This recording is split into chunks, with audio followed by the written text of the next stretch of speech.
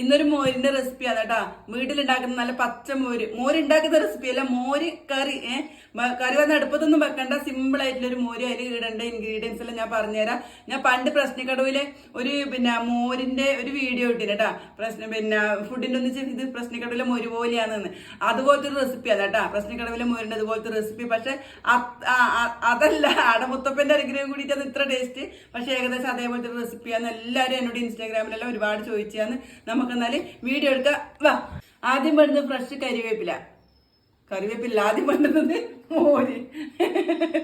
ആദ്യം വേണ്ടുന്ന മോരാട്ടാ, നല്ല മോര്, നല്ല കൊളുത്ത മോരാട്ടാ. ഒരു 2 ഗ്ലാസ് വരെ മോരെടുത്തിനെ. ഇത് ഇവിടെ അത്രയൊക്കെയാലും ചിലവാവേ. പിന്നെ ഫ്രഷ് കറിവേപ്പില, പിന്നെ ഒരു ചെറിയ കഷ്ണം ഇഞ്ചി, പിന്നെ നമ്മൾ സ്വന്തം കാന്താരി മുളക്, കുറച്ച് തേങ്ങ. ഞാൻ ആക്കുന്ന അങ്ങനെ നല്ല തേങ്ങ, പിന്നെ ഉപ്പ്. പിന്നെതാ ഇതെന്താന്ന് ജസ്റ്റ് ചെയ്ത് പറഞ്ഞിട്ട് എല്ലാരും കൂടിയിട്ട് ചൊറിയലല്ല, നമ്മളെ നാരകത്തിന്റെ ഇല. പണ്ട് നമ്മൾ മോരുമുളകുമ്പോൾ വീട്ടിൽ നിന്ന് കുഞ്ഞളെല്ലാം കൂടി നാരകത്തിന്റെ ഇലയിൽ തിരുമ്മിയിട്ട് മോരുമുളകാക്കുക. അത് നാരകത്തിന്റെ ഇല. ഇത് ഓപ്ഷനല്ല, അത് നിങ്ങൾക്ക് ഇഷ്ടമുണ്ടെങ്കിൽ മാത്രം ചെയ്താൽ മതി. പിന്നെ ഒരു കാര്യം ഉണ്ടല്ലോ, ശ്രീലത ഹായ് പറയാൻ വേണ്ടി പറഞ്ഞു. കുറേ വട്ടം ശ്രീലത പറഞ്ഞ് വിഷയമാണെങ്കിൽ ഇത് ചെയ്യുന്നത്. ആലുവായ തോന്നുന്നു ശ്രീലതയുടെ വീട്. ശ്രീലത ഹായ്, എല്ലാവർക്കും സുഖമല്ലേ? പിന്നെ എൻ്റെ വീഡിയോ കണ്ടിട്ട് ഇഷ്ടപ്പെട്ടിട്ടുണ്ടെങ്കിൽ എല്ലാവരും സബ്സ്ക്രൈബ് ചെയ്യണം, ലൈക്ക് ചെയ്യണം, കമന്റ് ചെയ്യണം കേട്ടോ. എന്നാ പിന്നെ ഒരു സാധനം കൂടി കാണിക്കാൻ പറഞ്ഞേ, കടുക് പൊട്ടി, പിന്നെ കടുക് ചതച്ചിടാനും വേണം, കടുക് വറുത്തിടാനും വേണം കേട്ടോ.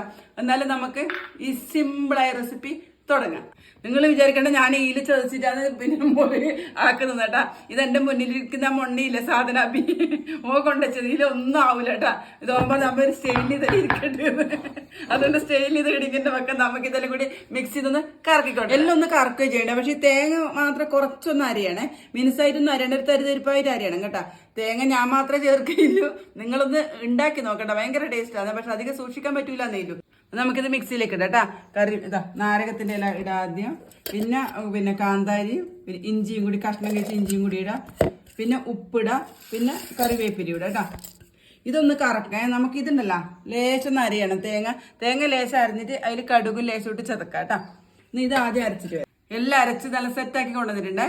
പിന്നെ തേങ്ങ നല്ലോണം അരച്ചിന്, ബാക്കിയെല്ലാം ഇങ്ങനെ ഒന്ന് ഒതുങ്ങിയതേയില്ല കേട്ടാ. കടുകും ചതച്ചിന് നമുക്ക് ആദ്യം നമ്മളെ മോരില്ലേ അതിലേക്ക് കേട്ടോ. അതാ നല്ല മോര്, കട്ടി മോര് കേട്ടാ.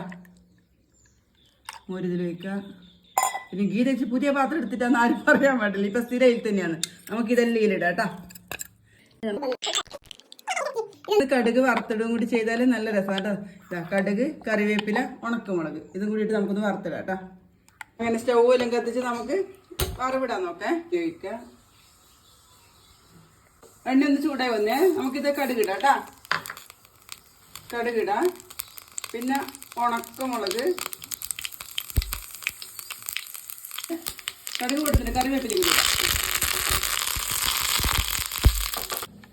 നമുക്കിത് വറവിടാം കേട്ടാ.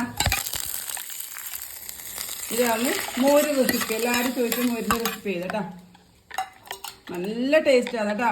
ഉണ്ടാക്കി നോക്കണം. ഞാൻ വെറുതെ പുളൂസ് അടിക്കുന്നല്ല കേട്ടാ. നല്ല ചൂട് ചോറുണ്ടെന്ന് വെച്ച്